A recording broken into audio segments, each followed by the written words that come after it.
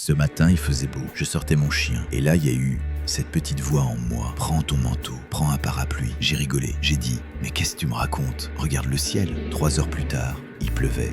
Et puis, il y a eu cette autre voix. Une autre fois. Ce murmure intérieur qui disait « Il va encore annuler, je le sens. » Mais ce n'était pas l'intuition, c'était ma peur déguisée. C'était une vieille blessure qui parlait avec ma voix. Et en silence, sans m'en rendre compte, j'ai envoyé cette peur vers l'autre. Et 3 heures plus tard, il m'a écrit. Je suis désolé, j'annule. Il est très important de discerner l'intuition des autres voix qui nous habitent. L'intuition n'est pas une émotion, elle n'est pas une pensée anxieuse. L'intuition, on la confond trop souvent avec nos croyances populaires, Avec la transmission de pensées déguisées, avec les vieux automatismes de protection, on croit entendre une vérité, alors qu'on rejoue juste une histoire ancienne, une peur maquillée en flash. un doute devenu réflexe. Il est très important de discerner l'intuition des autres voix qui nous habitent. On prend toujours pour intuition ce qui vient de nos vieux schémas. Ce n'est pas ton intuition, c'est juste ta vieille histoire qui met un nouveau masque. Ce que tu crois savoir au fond de toi, c'est souvent ce que tu as cru trop longtemps. T'appelles ça intuition, c'est juste ton passé qui te parle avec ta voix. Car l'autre est toujours mon miroir. Il ne fait que répondre à la vibration que j'ai posée avant même d'y croire. Et si, ce matin-là, j'avais pensé, aujourd'hui je vis une belle rencontre. Si j'avais été convaincu,